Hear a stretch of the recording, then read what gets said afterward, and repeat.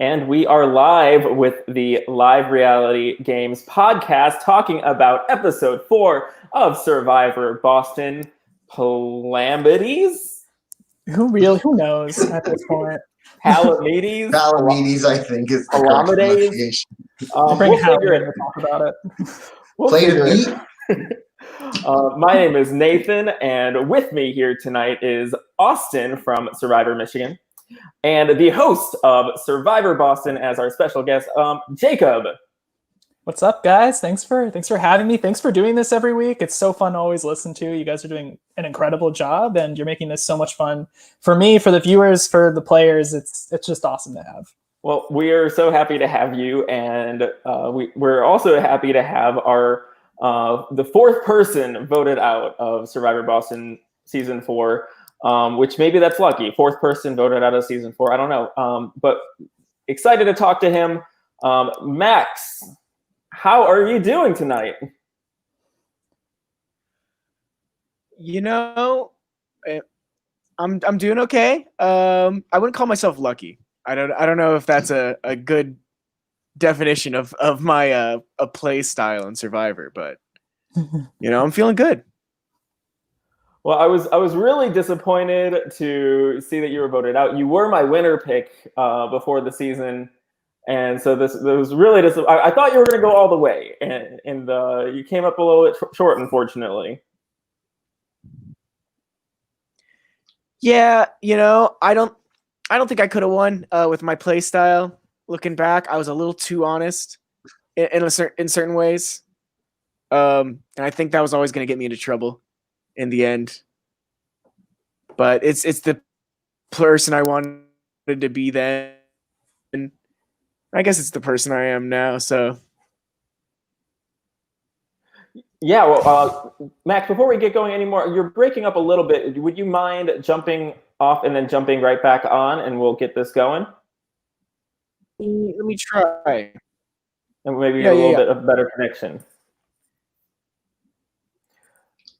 So Jacob, you put this on every year. So this was your fourth season making this. What do you by this time you start to know the ropes? What by this time do you look for when you're producing a show, picking out people to cast, tricks of the trade that you've learned by this point? Yeah, for sure. It's definitely probably the most important part of producing every single season is the players that you put into the game, because they're the ones, no matter what, that are going to carry the strategy, the social aspect, and also entertain anyone who's watching. But I think Charlie and I have found throughout 4 seasons of the show at this point, what makes the best cast members are the players that are there to win. The ones that are only there because they want to see themselves, like at the end of the game, sitting in front of the jury saying why they deserve to win.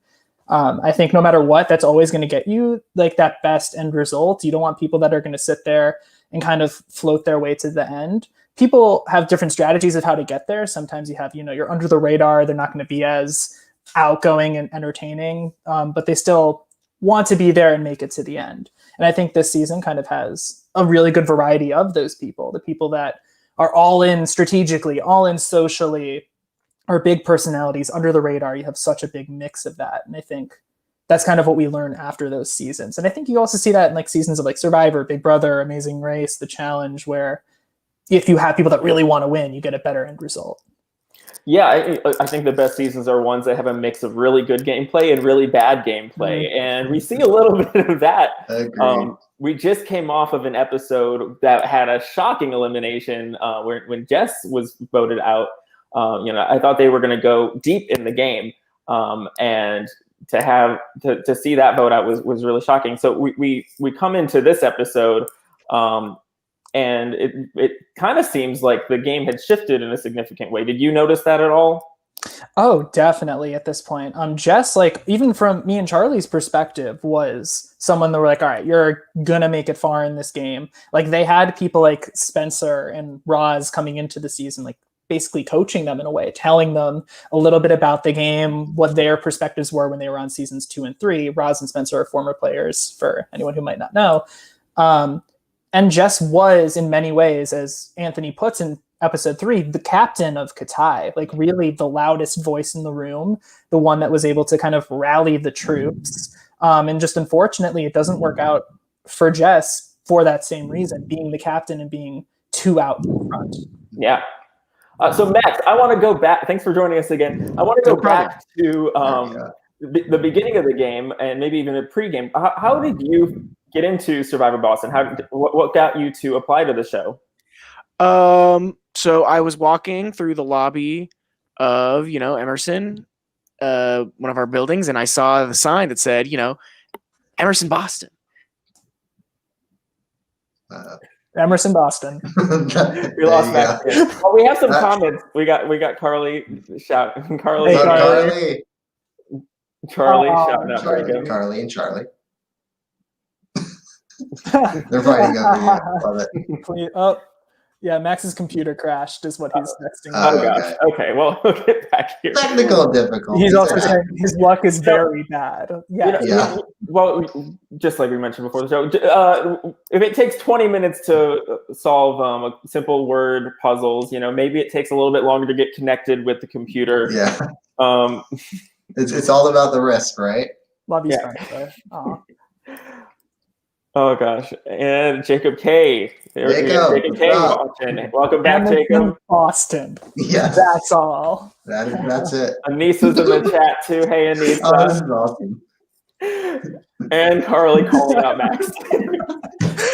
Carly, Max's best ally, saying this would happen to Max. Hey, you know your allies really well, and their strengths and weaknesses, and Max certainly had some strengths and weaknesses. Honestly, I was so fascinated, like watching Max. I was rewatching everything today, and like his Chiron, which I'm assuming he picked for himself, right? Smartest idiot in the room. I think is such an accurate kind of arc for his game. He had some really good reads at times. He was also way off base at times, but I think that had he if he was able to run in with the majority, I wonder if maybe things could have been a little different. Yeah, 100%. Yeah, I honestly agree with that. Like he does have some good reads throughout the season. It's just his luck is terrible. His challenge performances, specifically in that second, mostly non-existent. Like sitting out of one challenge, not being at Steal the Bacon. Oh yeah. Yeah, and he barely survived the first. Yeah, he barely survived. Like he was on the cardboard. He also writes down Carly's name at the first table just to keep their alliance on their toes. Yep, you got to do that, right? Oh, we have to ask him about that. Oh, totally. So coming into this episode, we're coming off of Jess's elimination. Austin was feeling safer with Jess leaving. Hallie just feels like everything's going great with the tribe. I feel like she's, all butterflies and rainbows, even though her name was on the chopping block. Austin, what's your take on Hallie at this point in the game? I see so much of myself as a player as I was in Michigan in Hallie. And I am just screaming, Hallie, it's not all going to be butterflies and rainbows. You just lost your biggest ally. Like you gotta figure it out. And I really want her to kind of bounce back from this. I just think the way everyone's playing on Katai is not the way Hallie's playing. And so I really hope that the tribe swap kind of gets her in gear. I don't know what combination of people is gonna do that, but I think she's gonna run into the same kind of problems Max was probably revealing too much information, being a little too trustworthy or a little too trusting of other people. And so. And we have Max back. He's back. Yay. Welcome back. As you can see, luck, definitely not one of my trades. I have moved on to a different computer entirely. Hopefully no more technical issues for the rest of the night. Well, Max, we have a comment for you. Jacob K saying Max voting for his ally at this first tribal is so on brand for him. Yeah. I thought I was adding a little spice to the mix. I did not realize that this was already like a ghost pepper level spice. That was about to happen that vote. So that's a new challenge for you. And honestly, I didn't know if I really wanted to trust Carly at that point or not.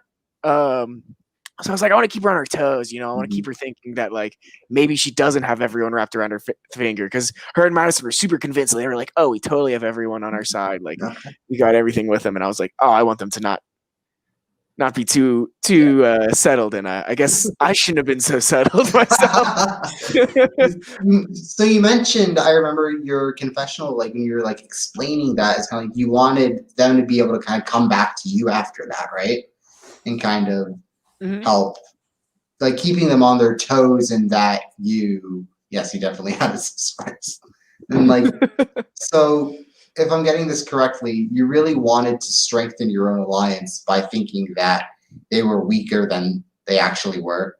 Exactly. I kind of figured it'd circle the wagons, which is exactly what happened. Yeah. When Madison got voted out, we circled the wagons. They did it for you, basically. Yeah. Yeah. I was kind of hoping to be more of a gentler push, but of course. Yeah, I think that's a really interesting way to go about it. Right? Yeah. Kind of bring your alliance closer with the shared threat of we're in the minority and someone's kind of throwing us under the bus a little bit. But then you ended up telling Carly that you voted for her. Because I was like, oh, well, our wagons are circled. Yeah. Okay, I was confused about this, Max, because because especially when Marlon came in the game, you had said first you lied to Marlon, and then Carly told Marlon the truth. Yeah. And I was confused about who you were telling and who you were not telling about the Carly vote. So, well, it was more with Marlon. Like it's kind of a timeline issue of like behind the scenes stuff that just like wasn't there. It's like I just didn't know what the situation with Marlon was at that point.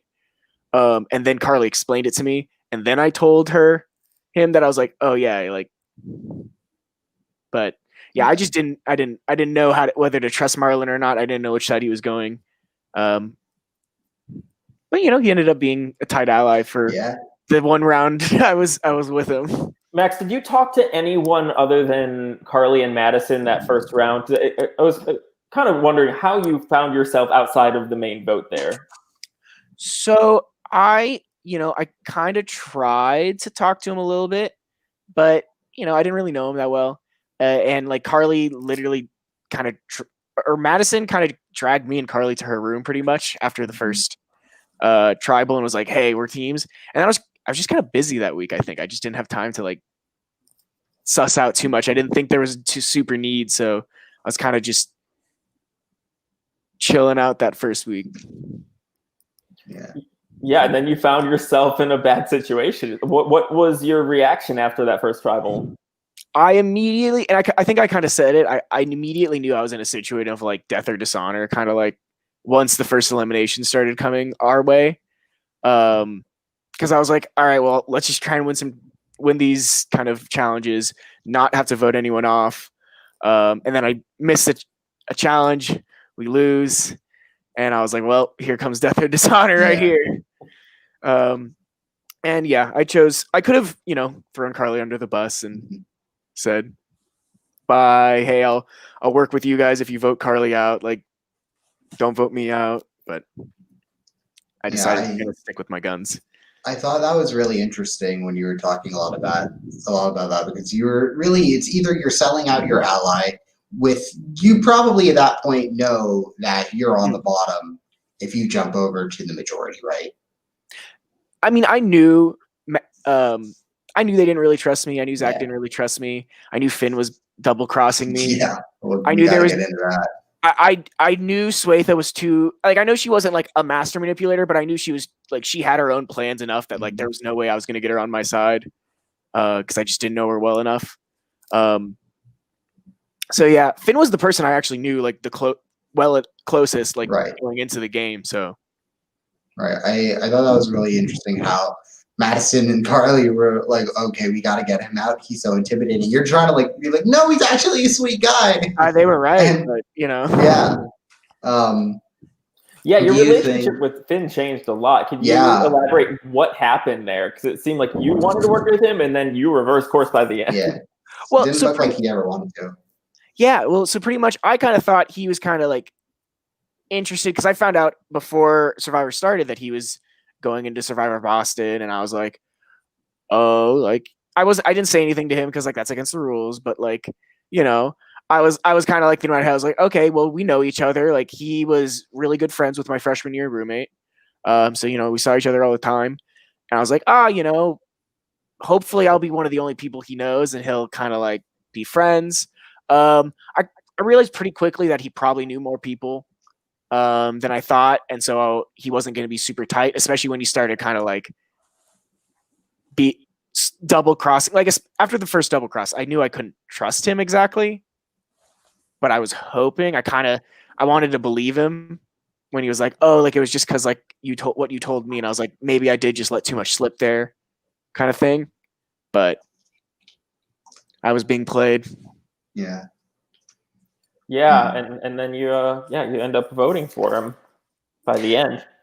Well, by then I knew he was double crossing me, and I didn't think we could make another play for Anna.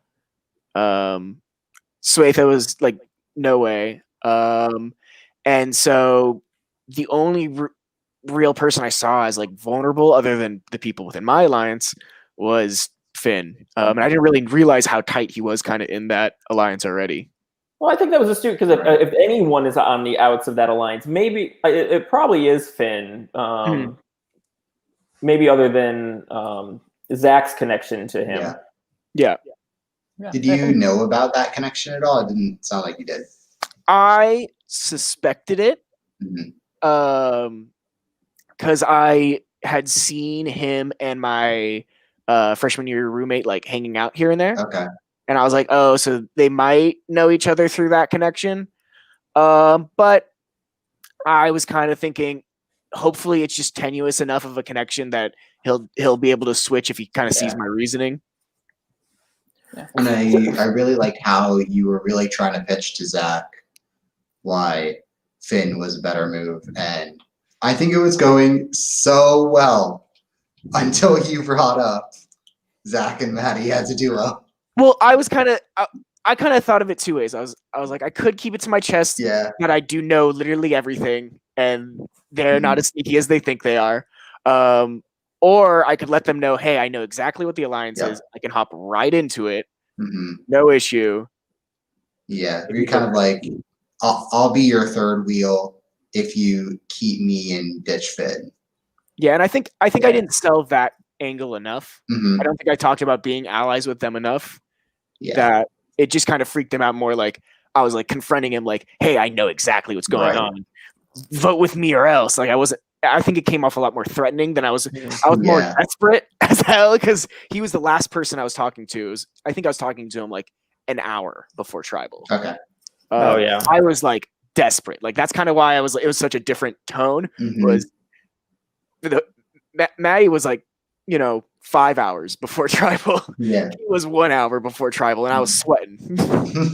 Yeah, I feel like if you had done, held back the anger and just been like, no, it's all rainbows. We didn't even like Madison anyway.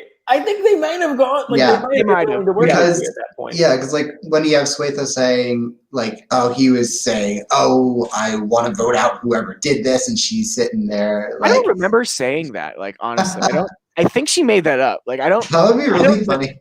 I don't remember ever saying that, but I don't know. I mean, like throughout the season, Max, like you have like these really excellent reads on the situation. Like Finn, as Zach says at the beginning of the episode, like is on the outs of that core three of Maddie, Zach, and Swatha. Yeah, that's a correct. Zach and Maddie have like this duo. You also have like the correct read on that. Like you have all the information like at your disposal, and it's just what you do with it at the end of the day. And it didn't work out the way that you played your hand. But it's like from my perspective, Max, and I tell Charlie this every morning when I wake up, you have been the most fun person to edit out of everyone in Survivor Boston, because like the way your mind works, it's like I can see every like brainwave like firing left, right, up, down, like every 5 seconds, and like I love every second of it. Yeah, I had a literal cork board in my in my head by I love it. So that weekend I wasn't there. The week I missed, I was at a wedding for my cousin in California. So no way. But the whole time I was at the wedding, like drinking and doing the cha-cha slide, like I was planning the corkboard in my head. I was like, what move do I make? Do I double cross? Do I who's and it just, I couldn't make the right choice. The right choice was double crossing Carly in the end, really. But speaking of interesting editing, can we talk about that time we had to fast forward 20 some minutes to get through a challenge at the second Temple of Risk? Max, what happened at the spelling the word jumble challenge? I'm gonna. I can't say that I was high. I was sober for that one, for sure. There were ones you weren't sober for. The initial one, but I just could not.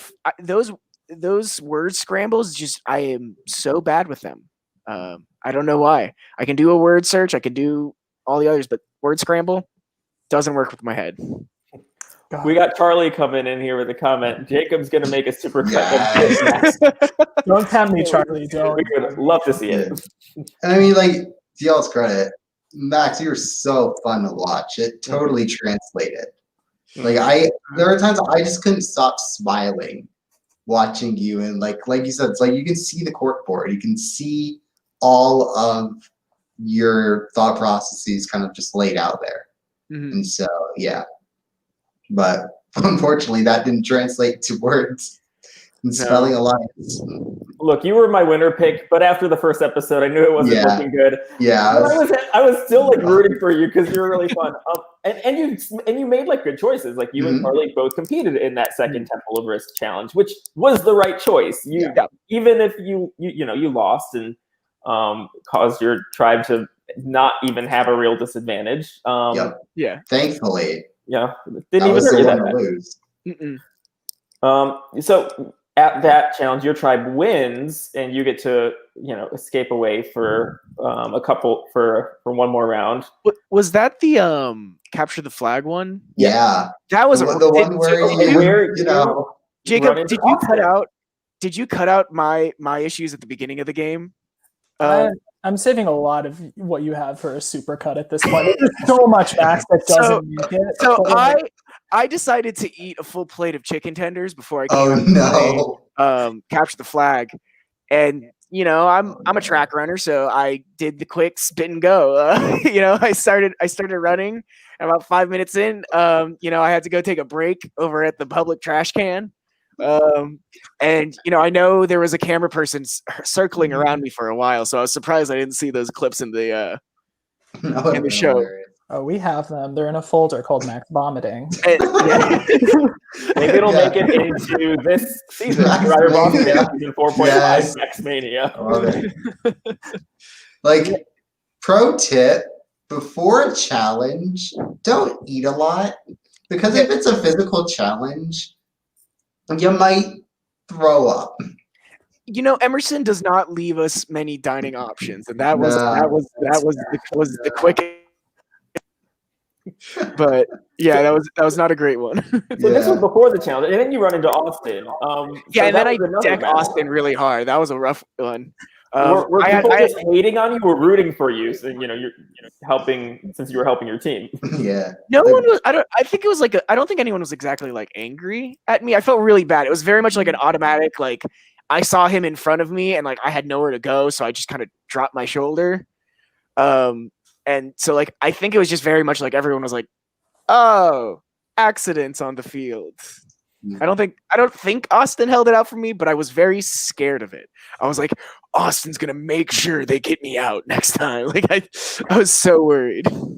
I want to say in episode 3 when Spencer was like asking Austin about it, I think he was like, "Yeah, I'm not like mad about it or something." I might be misremembering that, but at least on my end, it looked like an accident. So. No, I was definitely not trying to take him out of the game. No. So we see Brady get voted out after that challenge. Was there any surprise there? What were your? Did you know anything that was going on in the other tribe at that point? So I'd started getting information from Anissa at that point. Okay. And so and then Carly had her sources. I think it was Anthony on the other team.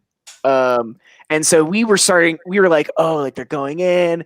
We're hearing whispers that there's going to be kind of like a change up, like there's going to be a big surprise. And, then we heard that Brady was getting out and we were like, oh, and we were really happy because he's kind of crazy.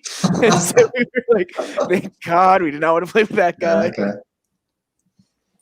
And so you go into the next round and Brady's voted out, and then you just go right back into an immunity challenge. You don't have a Temple of Risk. Jacob, I wanted to ask you, what was the decision to not include a Temple of Risk for that third round? Yeah, we didn't want to have them every single round as to not flood the game with like advantages and disadvantages, because at that point it becomes really hard to keep track of, especially because, some of these advantages aren't necessarily going to be played, including the disadvantages where, you still have Marlin from episode 1 that is still in the game. So we don't want to, of course, flood it and then have to change everyone's lower thirds to what your advantages are to let people know what's going on. Yeah. And then on top of that, it's like me, Charlie, and the other producers are also full-time students. And there always has to be one of us there to do the challenge, to film it. If it's like an individual challenge, like the spelling one was, that means that one of us is booking out like most of our day for if like the worst case scenario with like everyone decides to play that Temple of Risk, which, after the episode 1, we did not expect the amount of people that participated to participate. So everyone after that, we prepared for it if every single person decides to play. So, it's a mix of time that all the Temple of Risk were predetermined. So it's not like we're like, all right, let's just not do one this week. So before the game started, we knew there was not going to be one week 3, there will be one week 4, and then so on. Yeah. So Max, speaking of your lower thirds, the smartest idiot in the room, what was your decision to make that your Chiron? I had the cork board. I had it all. I had it all sprayed out in front of me, and I made the idiot choice, knowing that it was the idiot choice. Because I wanted to be the honest idiot that I'd come into the game being. And while I knew I could like go into like kind of more of a villain route, I don't know. It just didn't feel right. Plus, me and Carly were still making friends.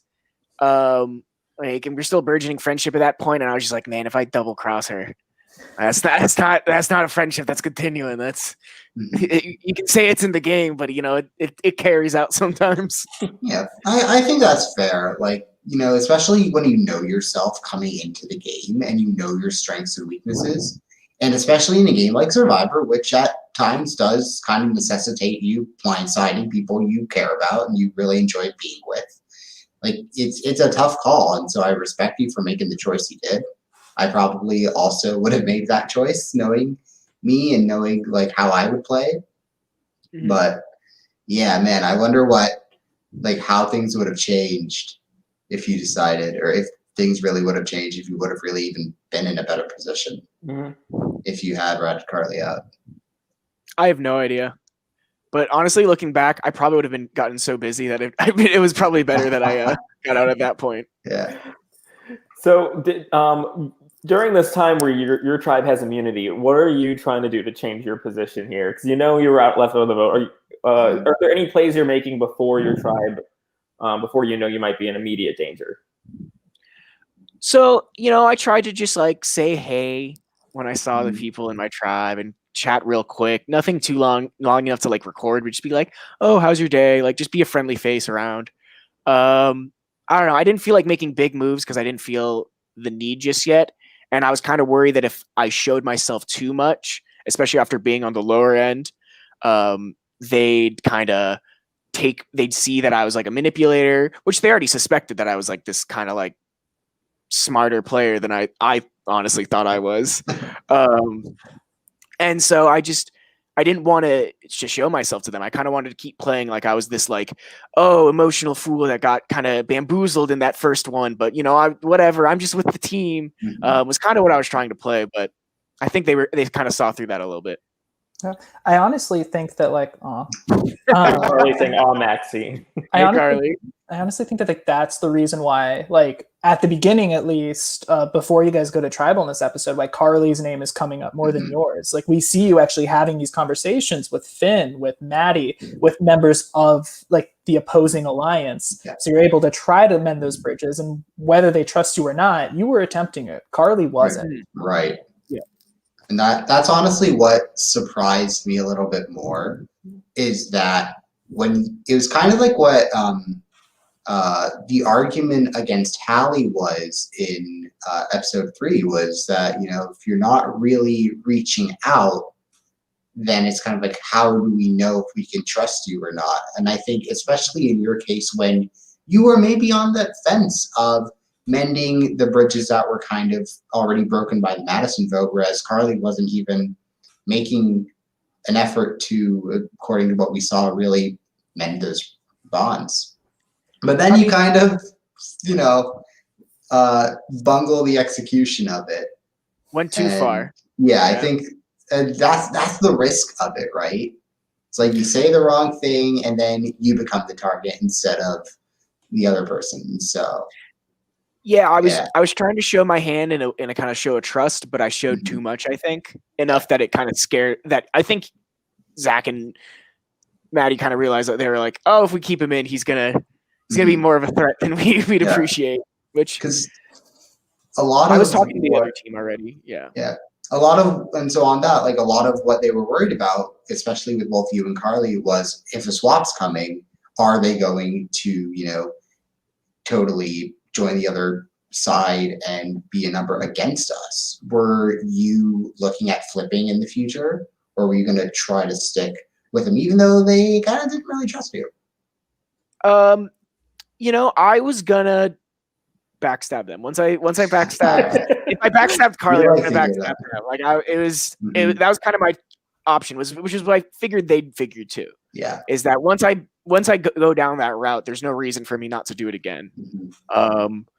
And so that's why I was kind of just trying to show more like a trust route of like, hey, I know exactly what's going on, and I'll tell you exactly what's going on if you vote with me.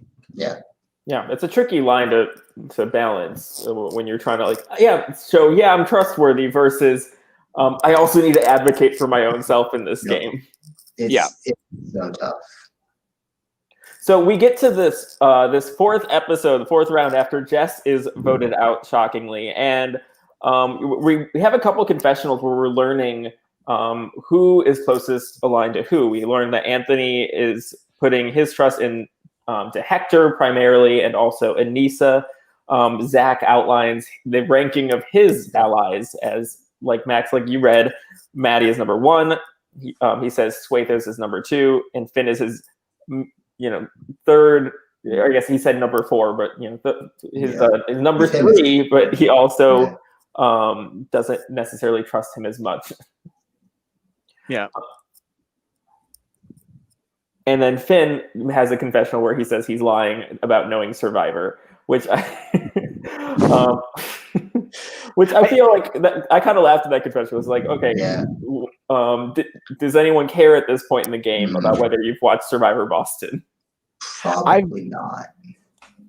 I've watched like the first episode of every season just because I wanted to, but that was after I started playing and got voted out, because I was like, I might as well give a little bit, see what's going on. But I also didn't even watch so much Survivor before I got into the show. I just knew what it was and I thought it'd be fun. And did you play that up like Finn was doing? No, I just kind of just tried to play the honest idiot, was what I was going into the game being, and I was trying to play that pretty well. It was really easy because when we met everybody, fun little fact, the day of the initial kind of meetup was the day of Boston's Hemp Fest. So I'd been out in the park, just enjoying the breeze, enjoying the air. And, just some of friends had given me some brownies that were just totally safe, totally cool. Super fun brownies. And, I ate some and then I went to the initial meeting. So it was really easy to play the honest idiot at that point. That's a strategy. Is that an you're on a advantage college campus. I don't know. I think they all liked me. I think they all thought I was really friendly that day. You use whatever tools you have at your disposal, right? Mm-hmm. Exactly. Yeah. So we get to the third Temple of Risk, the Temple of Risk challenge, where we have Anthony, Carly, and Anissa. Max, why did you not play in this Temple of Risk? Were you gone at that point? Was it the same weekend as the challenge that I missed, or it was? I don't remember like the exact day it was. There was probably like a couple days in between the Jess Tribal and this next immunity challenge. So like it was within that week. You might not have been there. I left on like Thursday for the wedding, so odds are it could have been Thursday, but also I think it's 50-50 between that and then also your performance in the last Temple of Risk. Like, would you even? That might have, actually, now that I think about it, that's exactly what it was. I knew I embarrassed myself so hard the last time that I was just like, it's not worth it. Fair. I don't have to have another lie that I have to keep going. Mm-hmm. Now, did people know about we have Carly Fillion. Carly says, I'm pretty sure you were gone. There you go. And maybe you're off the hook for this one. There you go. She's got a better memory than me. Did y'all know about the format of this Temple of Risk? The fact that everyone was playing together. Did you know about that when you make the decision to go into the Temple of Risk? I can answer that. So basically, like the Temple of Risk is like two different ways that it's done. Either you do it individually and everyone is kept a secret who participates, but the rewards are public. So in that second episode, for example, you don't know who else is competing, but the reward and the disadvantage, everyone knows what they're going to be. They knew it was a clue to the idol. They knew it was a disadvantage for a tribe. The opposite end of that is the public Temple of Risk, where you can find out who competes easily. Like, you're all going to compete together, but the advantage and disadvantage are kept a secret. So there's always going to be something they don't know. Okay. Yeah. And you don't know what the challenge is beforehand, right? Yeah, you never know what the challenge is. So probably still, even if you were already gone, could understand why you wouldn't want to compete in that. But yeah, then you miss out on some interesting cross-tribal stuff. So, sure, I mean, and you're already, like you said, you're already kind of like digging your toes into that, getting your feet wet with Anissa. Yeah, how do you think that would have helped or hindered you going forward if you did survive? I mean, Anissa is a very strong player. I don't want to give anything away about later episodes, but she's a good player. And I could tell right from when I met her that she's just a smart person, and that she would have a good head on her shoulders and was going to be a good person to kind of ally, because she was both a smart person and a freshman, and we're pretty quick to dismiss the freshman pretty often. But I could tell that Anissa wasn't someone to dismiss. Yeah, I totally see that. I didn't even realize she was a freshman for a while, and I was like, wow. Because, in a lot of college Survivor games, you do kind of look down on the freshmen. I think it's something you don't often want to do because they're the people you're going to underestimate the most. And she's being underestimated. Yeah. I mean, and she gets the advantage from the Temple of Risk, and it's that really cool legacy extra vote, which I think is a really great twist on the, original legacy advantage. So good on that, whoever came up with that. And she decides to make up a story about it. That's so interesting. That it's I've never heard this before. Yeah. Maybe Austin, you might know whether it was used in another LRG or ORG, that it's an idol that has to be used between the second and third vote, which essentially makes it a super idol. I've never heard of anything like that, but it's like a super idol. I think it's such a specific lie that you're left either with, okay, it's so specific that's got to be true. You couldn't really make something outlandish like that up. Or it's so specific, you obviously put a lot of time into thinking about that, right? Like, one time, like, in Survivor Michigan, I was trying to work with my allies and come up with this one lie, and I was like, I hope they believe it because we're putting a lot of time into thinking of it, and it's kind of specific, right? And so it's that risk where if you're a little too deep in that lie, if Anissa gets caught in it and you hear people saying, like, maybe we want to flush this, right? Because she was thinking, oh, they know I have this kind of like super idol, they're not going to vote for me. But that's also an easy out for them to lull you into complacency, right? Mm-hmm. So it's a very dangerous line she's walking, and I'm hoping it pays off. Mm-hmm. Jacob K is a fan. Anissa. Yes, agreed. But yeah, I remember she told Hallie. I don't remember who else she told. She tells Hallie while Hallie is petting a squirrel. A squirrel, which I mean, here at the University of Michigan, we do love our squirrels. Are the squirrels friendly enough to pet in Survivor Boston, or does Allie just have superpowers? Well, like we have the commons like right in the middle of the city, so they're like the only wildlife in all of Boston. So they're just used to people. So like they'll walk. I hate them with a passion. Yeah, I'm not really a squirrel fan either. Well, I've been chilling. This has happened to be like twice where I've been chilling on a park bench reading a book, and all of a sudden I'll feel something on my shoulder, and it'll be a squirrel looking for a snack, like poking at me. And I hate that. Its beady eyes are like this close to me. Yeah, it's the worst. They're too brave for you. But speaking of having nothing for you, you don't get to participate in the classic College Survivor Challenge of Steal the Bacon, one of my faves.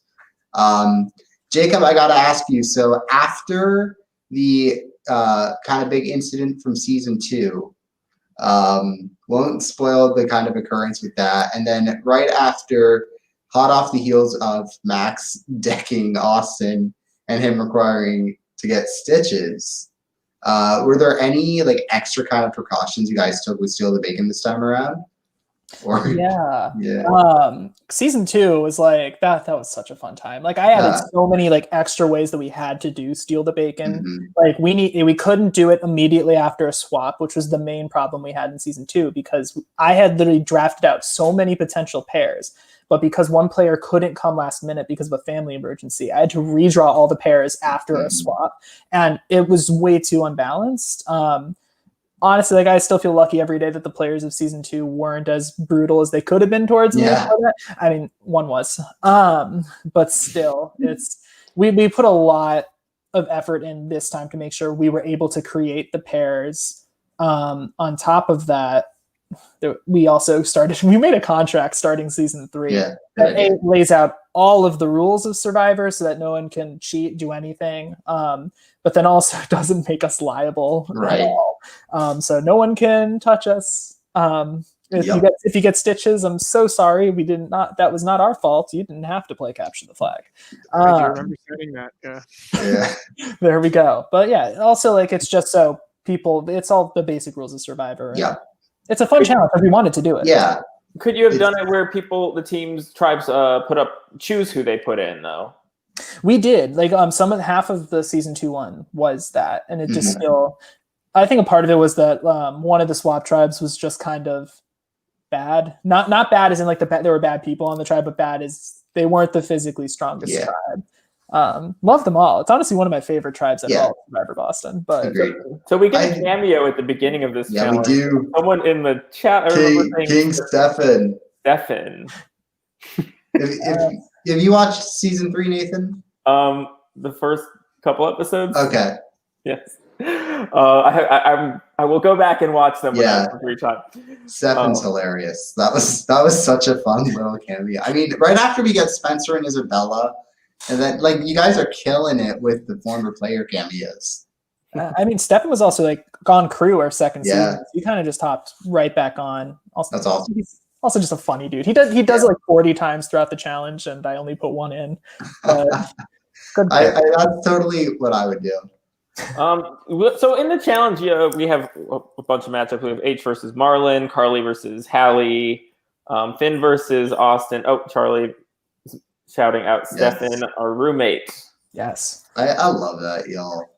Love that. That's awesome. Austin, what stuck out to you about this challenge? It was pretty lopsided. That's kind of what stuck out to me. I mean, when I played a little bit of Survivor Michigan info, when I played, it was pretty neck and neck to where we had to go to match point.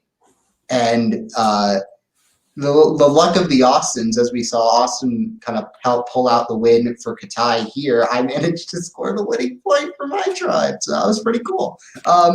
But yeah, it's so easy for this challenge to get lopsided if the tribes are less physically balanced, because it is such a physical challenge. And what I also really enjoy about Steal the Bacon is how diverse the rounds can be depending on the matchup. Like, you'll get some grudge matches but you'll also get like some really easy, quick ones. Like I think it was Zach versus Anthony, where Zach just like runs up, takes the wheel, and nopes out of there and brings it back. And then you got like Anissa like totally tanking it. And I remember Jackie also being like pretty solid and giving up a good fight. So it's such a fun challenge. And just imagine if they still had Jess and Brady on their side too. Yeah. So they had voted out 2 strong people. Yeah. And that's always at that point in the game, it's tough because if you have an inkling, like physical challenges are definitely a thing. Even in College Survivor, you will have them, and you want to make sure that it's not a reason why your tribe is just not going to stack up, because that can put your butt on the line. So it's fun. I love it. I love Steal the Bacon. So your tribe loses the challenge, Max, and Finn is upset because it's his birthday and he has to go to tribal. Were you concerned about his birthday at all? You know, I don't know if I knew it was his birthday. Maybe that's why he ignored me. Maybe. You know, maybe that was it. Maybe that was the falling point of our alliance right there. I was more concerned. I was like, man, I'm gonna have to come back from a wedding to get voted out. Well, he wanted Carly out at this point. It seemed like most of the tribe was some of the tribe was wanting Carly. Maddie, Swetha, and Anna were wanting Max out. We're wanting you, Max, out. And then you and Carly decide to push for Finn. What between you and Carly? What was the discussion like to choose Finn at that point? Just because you felt like he was on the outs? Well, it was that or Carly. And so she wanted to push like Swetha or Anna, and just Swetha, there was no way. I knew that Maddie and Zach were just not going to double cross her like that. And Anna was wrapped around her finger at that point. So there was just no way. And I don't think another play for Anna would work. It was clear they were going to keep her around as a pawn. Really the only person I could consider them seeing as threatening is Finn, exactly because the same reasons that, Madison and Carly freaked out about it at the beginning was that he's so scary looking, he's fierce, like he's like this big guy, and he's got a very stoic face. It's very clear also that he was kind of manipulating things and kind of trying to be on the back burner, but also like get things his way. I just, I didn't think that anyone else could really work. I don't think, unless we were willing to offer up one of us. And I don't think either of them would have been down for that. I think then they would have turned on me. So they're deciding between you and Carly, and they put up a list on a whiteboard to decide. The pros and cons list. We love a good whiteboard to decide who you're voting so I tried to write down visualize why you're voting people out. Always important. I do appreciate that they put so much thought into choosing me or her.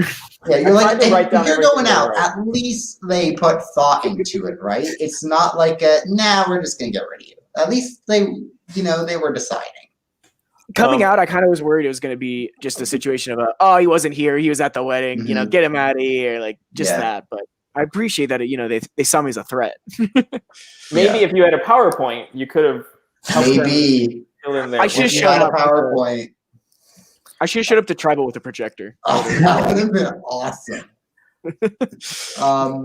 Something I was actually really interested in is on Katai, the past few episodes, we've seen a lot of talk about Austin and Swetha potentially being kind of a power duo come the swap. Were you guys on Fatia ever thinking like on that same line that there's going to be a lot of cross-tribal stuff going down?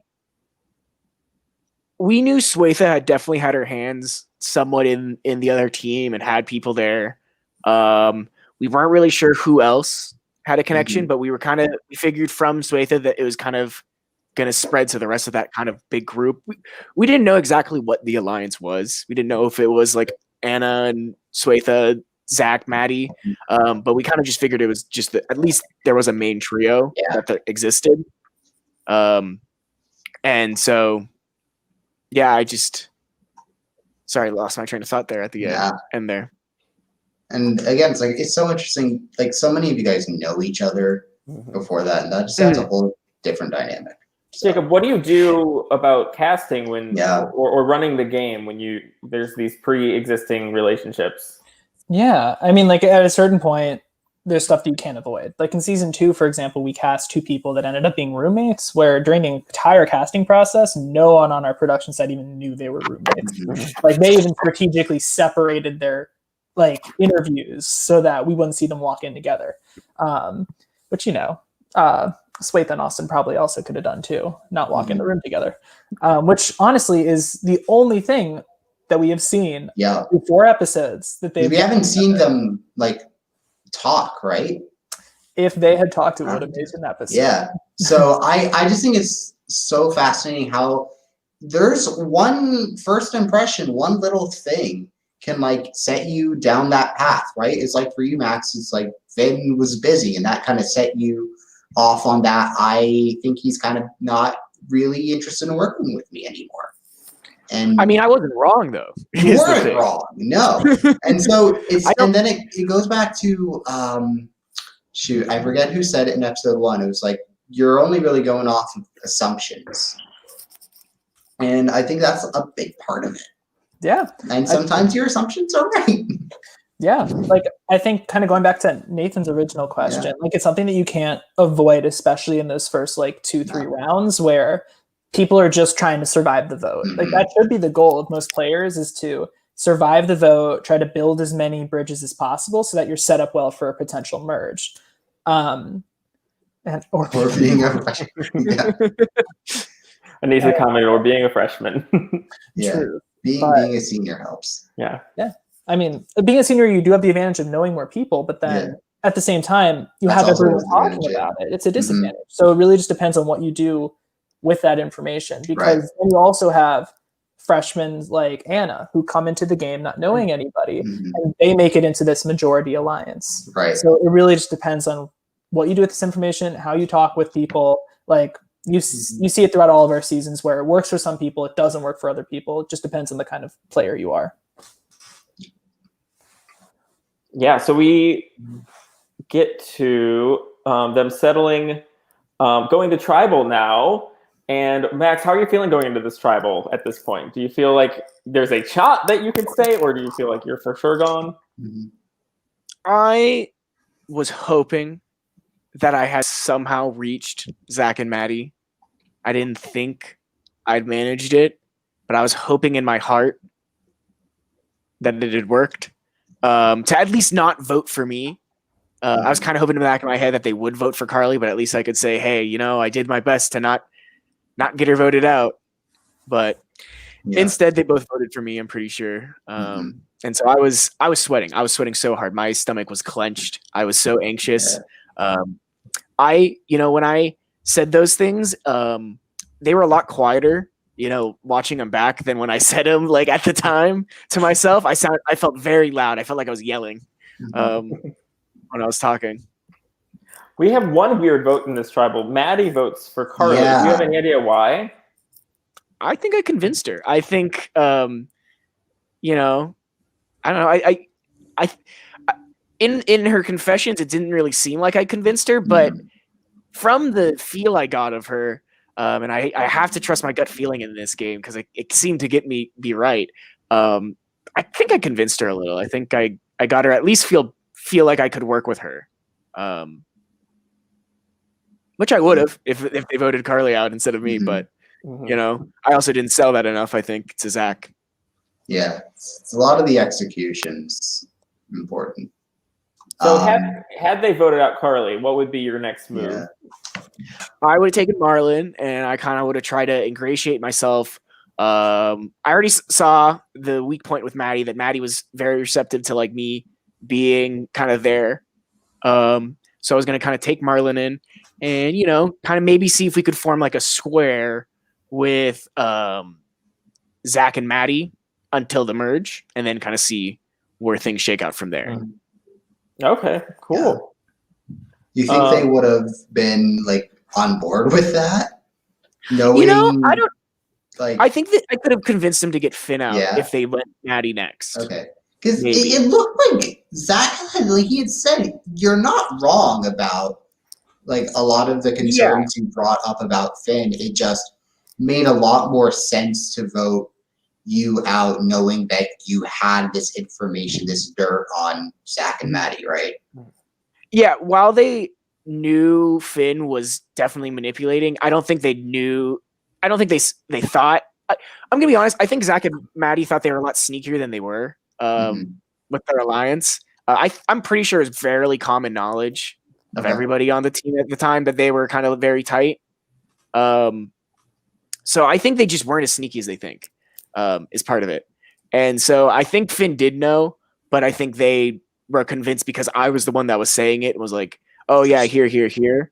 But I don't think Finn could have gone to those meetings with them and not picked up that they were a tight alliance. Just watching it, it looked very much like they were the ones that were close to each other. It seemed like Finn's main strategy at this point is to not tell anyone he's seen Survivor Boston, though. So I'm not convinced. Yeah, I think he was just keeping everything very close to his chest. I think he was very much realized he was playing a more solo game. And so he was just kind of trying to, I think, just stay out of it and keep his hands in all the alliances, and just kind of direct votes how he wanted. And I certainly think there's something to be said for playing the middle and executing it well. I think like Finn was able to extract information from you and relay that back to the majority, and also kind of had the option where if he really wanted, he could have worked with you, Carly, and Marlon, and it would have gone 4-4. So maybe would have been really interesting. Maybe. Well, it would have won this vote if he had flipped. Yeah. Well, so, maybe not. Except he voted for the target. Considering that, I mean, hey, a rogue vote can change everything. And I do think, even though Max, you lost the game here, but you did seem to really fracture the tribe. I mean, they're going into this swap not as one cohesive unit, which is the whole point of their whole goal with this vote was to go into the next cohesive unit. But we have Carly and Marlon voting in the minority, entering the swap potentially upset and willing to flip on them. And so they really did not accomplish their goal. Yeah. Well, when Jacob asked the question of whether there were lines in the sand, I kind of knew I was about to draw the lines in the sand. And that was kind of the point. And I kind of wanted to see where everyone stood. And I was like, either they're going to be on my side and I'm going to stay in, or I'm going to be out and everything's going to be a mess. And who cares? I'm out. I got to say, Jacob, you were on fire with those questions.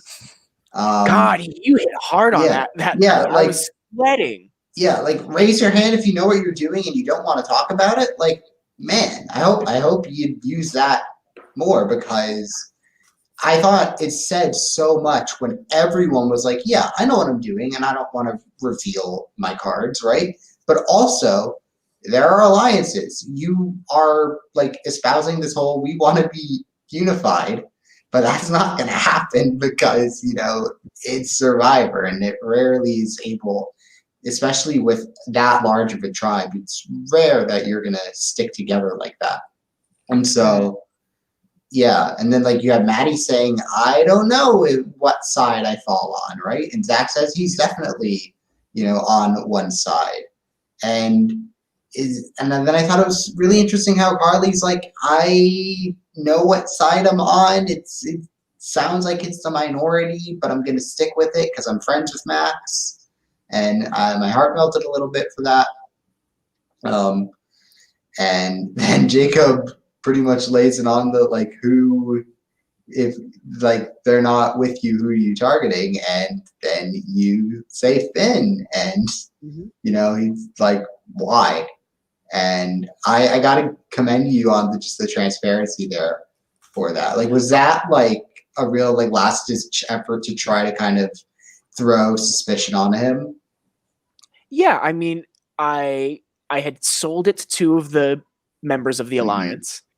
I was hoping they'd spread it to the others, and I was hoping that could be a kind of last little needle on the haystack to make the whole thing fall over.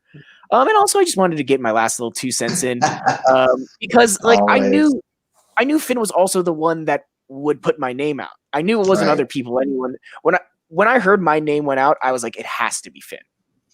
It has to be Finn putting my name out like that. And then as soon as Zach says Finn, probably not even in that context, you're like, Finn, it was Finn who put my name out. You were ready. I knew. I was in such a hyper anxious state. I was going full Hannibal Lecter mode. I was seeing everything going on. I was just like, I know I can see the connections. And I was reaching at whatever, but I don't know. I had a gut feeling when he ignored me that I was like, Finn has decided his side and it's not mine. We have Charlie's comment. Everyone says it's gonna be random and tribal. It is never random. It's never random. That's oh god. No. There's always a plan, and there's a good chance your plan is wrong. So that's what makes sitting at tribal council so terrible. Yeah. I mean, my take on tribals has always been the best kind of players are the ones that take advantage of tribal council as a way to gather as much information as possible. Exactly. It's the only time when you're ever going to be talking about the game in your tribe as a whole, the whole group, with not just one person missing. You get to see how everyone interacts with each other. You get to see who's straight up, who dances around these questions because they're afraid of everything. If you really trust people, why are you so afraid? There's all these different layers to it. And I think Max honestly did what he should have done at that tribal, and it was throw Finn under the bus for everything that Finn was doing, playing the middle. That was the correct play for Max to do. And there are a lot of players who will sit on the bottom and not say anything at tribal. They'll sit there saying, I don't know what's going to happen. And another added frustration that Charlie and I just have, and it's because we see everything because we do confessionals, is that we had just spent 2 days in confessionals with all of them.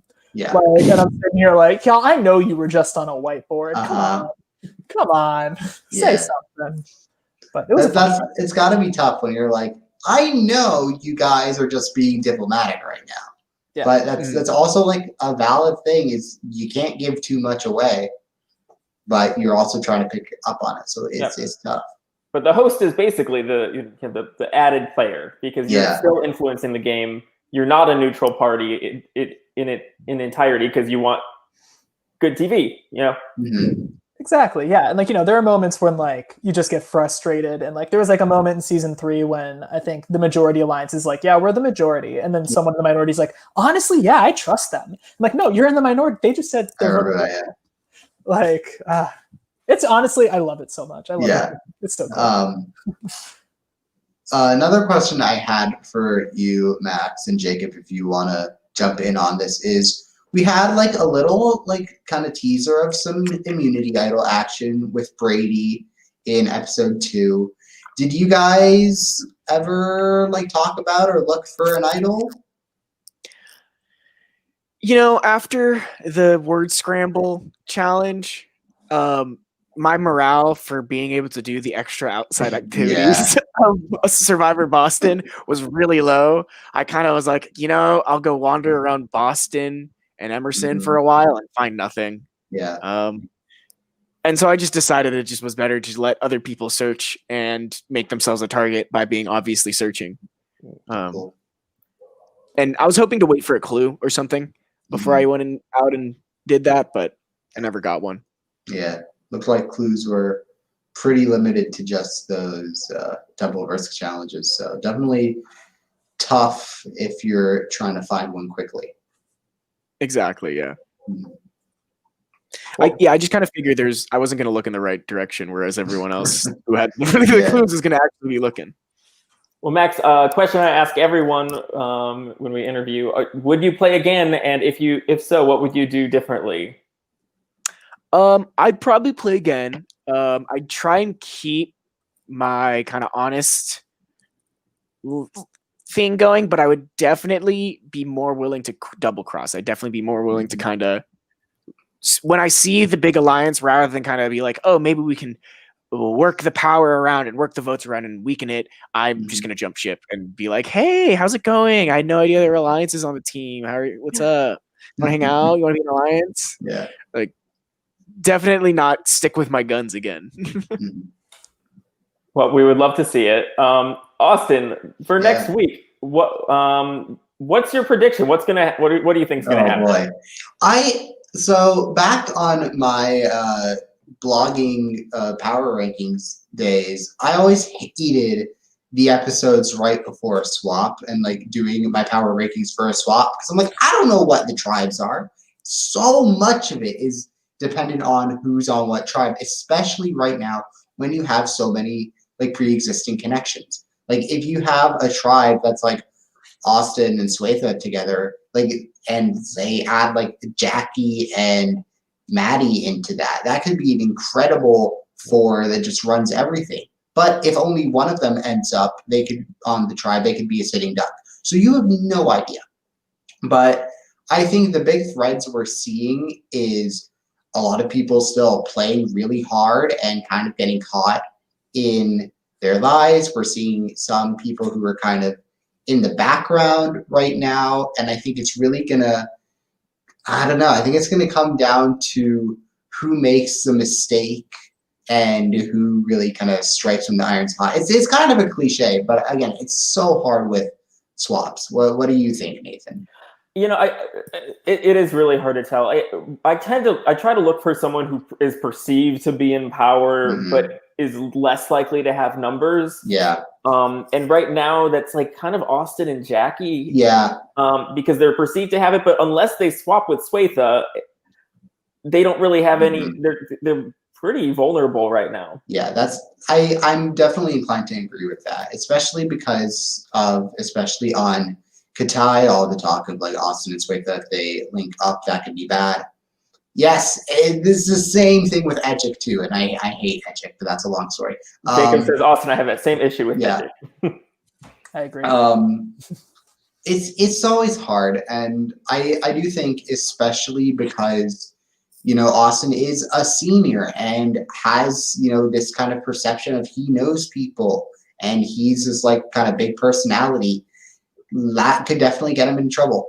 I could definitely see like Anissa running into the same kind of problems with her little idol lie, or maybe even Anthony if he starts kind of overextending himself with the alliances, because we didn't see like a whole lot of the Katai stuff, I think, this episode, if I remember correctly, in 4, but I think that's complicated. And so I just think it's really going to come down to the alliances. And if, new alliances form, that might kind of make old ones obsolete. So it's going to be so interesting to see, because I think we have I say this every time, we have such a good cast. It's so fun. And that makes it so fun. Like, there's nobody I'm rooting against, which I love. And so it's going to be really cool to see like just what happens next. And that's the best part about like Survivors. What the heck's happening next? Yeah. Also, Jacob says Hector is my top pick to win right now. Yeah. Hector is doing great. I'm very high on Big H. He was very much an enigma for me before the season started, but I love him. I think he's playing incredibly well, and I would love to see like him and Anissa just like go all the way. Max, what's your quick take on Big H? He's a really nice guy. We always chatted and had conversations after the games.